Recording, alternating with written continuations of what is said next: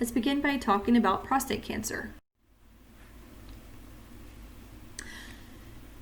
This is the secondary most common type of cancer in men. The common metastatic sites are nearby lymph nodes, bone, lungs, and liver. Advanced age is the leading risk factor.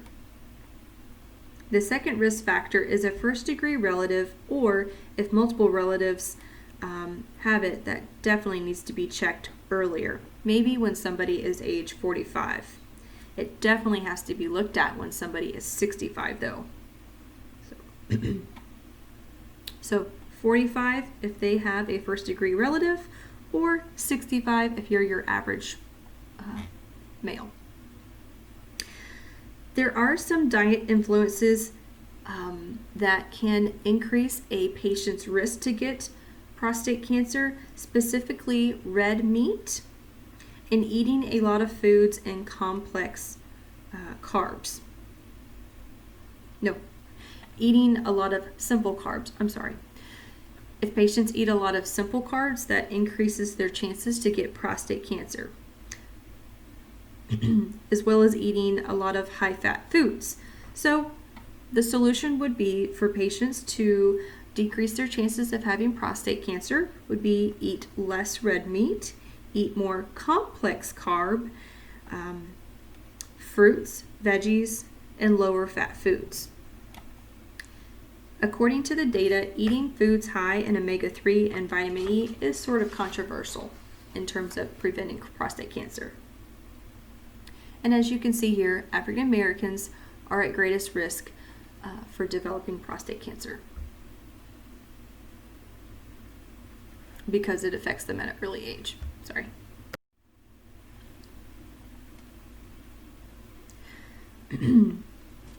Most cancers are caught on routine examination. That's if you can get somebody in there to do it. If somebody has gross hematuria, that is definitely a late sign of prostate cancer. And gross hematuria doesn't mean like icky, gross. It's like gross meaning very obvious, blatant blood being peed. So it's very challenging because patients believe when they start having signs and symptoms of prostate cancer that it's just old age and they have an enlarged prostate. But people with prostate cancer will complain of pain with intercourse, unexpected weight loss, and this is due to the high metabolism nature of tumors and the fact that they often make people not want to eat. They'll have anorexia, and the bone pain could be because of metastasis.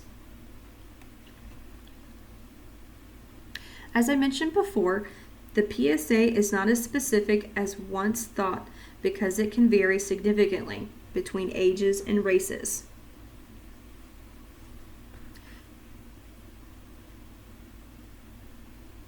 We like to do the EPCA test. This is considered very sensitive, and it can detect prostate in earlier stages. For somebody who has prostate cancer, we're probably going to do a radical prostatectomy. Oftentimes, they would like to do a perineal approach where they go through the rectum. They do have a nerve-sparing radical prostatectomy. This approach works, but the person may possibly have retrograde ejaculations, and this procedure is indicated for a very large prostate. So what do we want to do? We want to monitor for post-op ins and outs.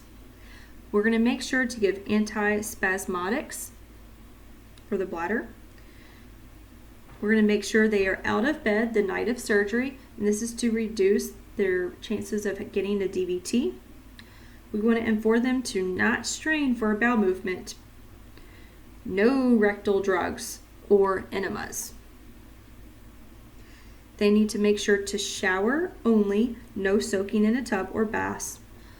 light duty, no heavy lifting, and we may possibly have 3 to 18 months that need to pass before a patient is going to be noticing some improvement in their symptoms. Depending upon the metastasis of the prostate cancer, we may need to do a bilateral orchiectomy, which is removal of the testicles. Radiation therapy is an option, specifically brachytherapy. This is where they're going to insert wires or beads into the prostate tissue, and only the tissue is going to be receiving the radiation. If somebody is going to get teletherapy, that's where the external beam distributes the energy to the prostate cancer. Do expect the patient to have diarrhea, and the term for this is radiation proctitis. And they may even develop acute radiation cystitis. And you'll notice bleeding in the urine.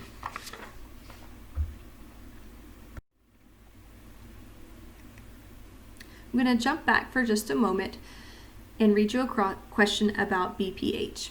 The patient has a prostate ultrasound and is diagnosed with BPH. To manage it, the provider prescribes drug therapy with finasteride or Proscar. What should the nurse teach the patient about this drug? It will constrict the prostate gland and improve urine flow. The drug will interact with Viagra and increase side effects. It will decrease the level of dihydrotestosterone, DHT, and shrink the prostate. It may cause postural hypertension. Care should be taken when changing positions. Answer is C. Do you remember what drug does this? Hopefully you said Flomax or tamsulosin. Just to reiterate, Proscar is a 5-alpha reductase inhibitor, and it lowers DHT and shrinks the prostate and prevents further growth.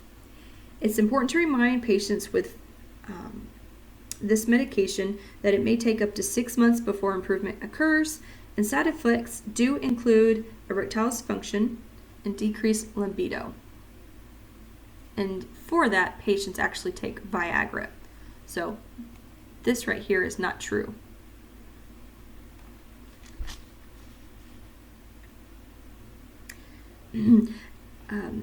Tamsulosin works by constricting the prostate and improving urine flow. And it may possibly cause hypotension. We should make sure that a patient does not take Flomax or tamsulosin with Viagra. It could cause hypotension. Prostatitis. By definition, this means inflammation of the prostate gland. There are some differences between acute and chronic prostatitis. Acute symptoms have a rapid onset with fever and chills. The prostate on examination, on digital rectal examination, will be tender and swollen.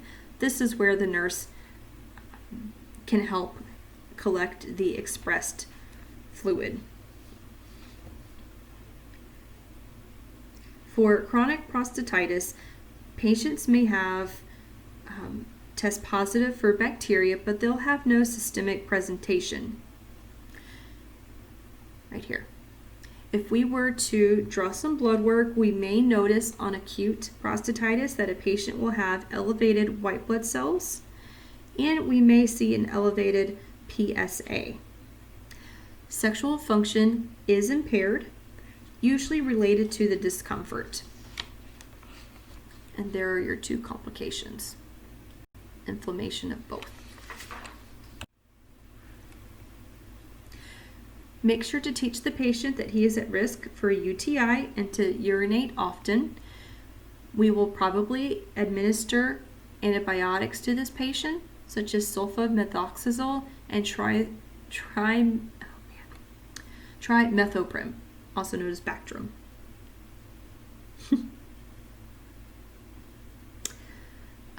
To go down here, Remember some activities to help drain the prostate from BPH.